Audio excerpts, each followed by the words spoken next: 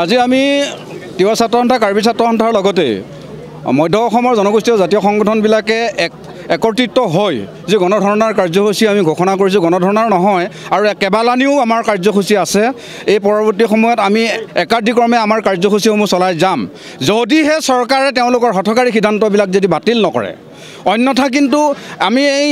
লোৱা কাৰ্যসূচীয়ে নহয় ইয়াতকৈ কিন্তু জংগী বহু বিক্ষিপ্ত ঘটনাও আমি বিক্ষিপ্ত ধৰণৰ কাৰ্যসূচীও আমি ঘোষণা কৰিম আৰু ৰাজপথ আমি কপাবৰ কাৰণে আমি মধ্য অসমৰ জনগোষ্ঠীয় জাতীয় সংগঠনবিলাকে ঐক্যবদ্ধ আৰু চিৰপ্ৰতিজ্ঞ আৰু আমি সকলো অসমৰ মুখ্যমন্ত্ৰীৰ লগতে জাগিৰোড সমষ্টিৰ বিধায়ক পীযুষ হাজৰিকাৰ ডাঙৰীয়াকো আজি এই গণধৰ্ণাৰ কাৰ্যসূচী স্থলীৰ পৰা আমি সকীয়াই দিব বিচাৰিছোঁ আপোনালোকে মধ্য অসমৰ জনগোষ্ঠীসকলক শান্তিৰে থাকিব দিয়ক মধ্য অসমৰ জনগোষ্ঠীসকলক শান্তিৰে কাম বন কৰি খেতি বাতি কৰি ভাত খাই থাকিব দিয়ক মধ্য অসমত বসবাস কৰা খিলঞ্জীয়া জনগোষ্ঠীসকলৰ মাটি কাঢ়ি বিমান ঘাটি বা অস্ত্ৰ ভাণ্ডাৰ নিৰ্মাণ কৰিব খোজা কাৰ্যক আমি কোনো কাৰণতে মানি নলওঁ আৰু যদি আপোনালোকে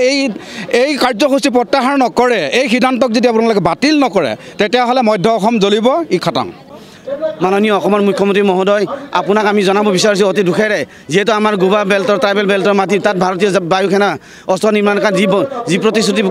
পালন কৰিছে তেওঁলোকে অতি সোনকালে বন্ধ কৰিব লাগে ট্ৰাইবেল মানুহখিনিক অশান্তি দিব নালাগে শান্তিৰে থাকিব দিয়ক আৰু সুখেৰে থাকিব দিয়ক লগতে আমাৰ মাননীয় জাগিৰোড সমষ্টিৰ বিধায়ক তথা সন্মানীয় মন্ত্ৰী মহোদয় আপোনাক আমি এই মিডিয়াৰ যোগেৰে জনাব বিচাৰোঁ যে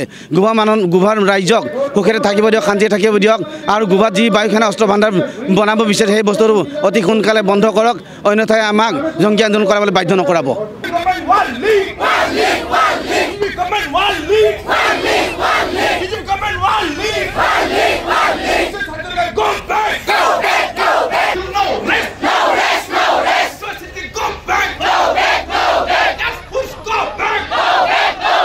যিকোনো খবৰৰ বাবে যোগাযোগ কৰক 7099017330 লগতে 7099017110 নম্বৰত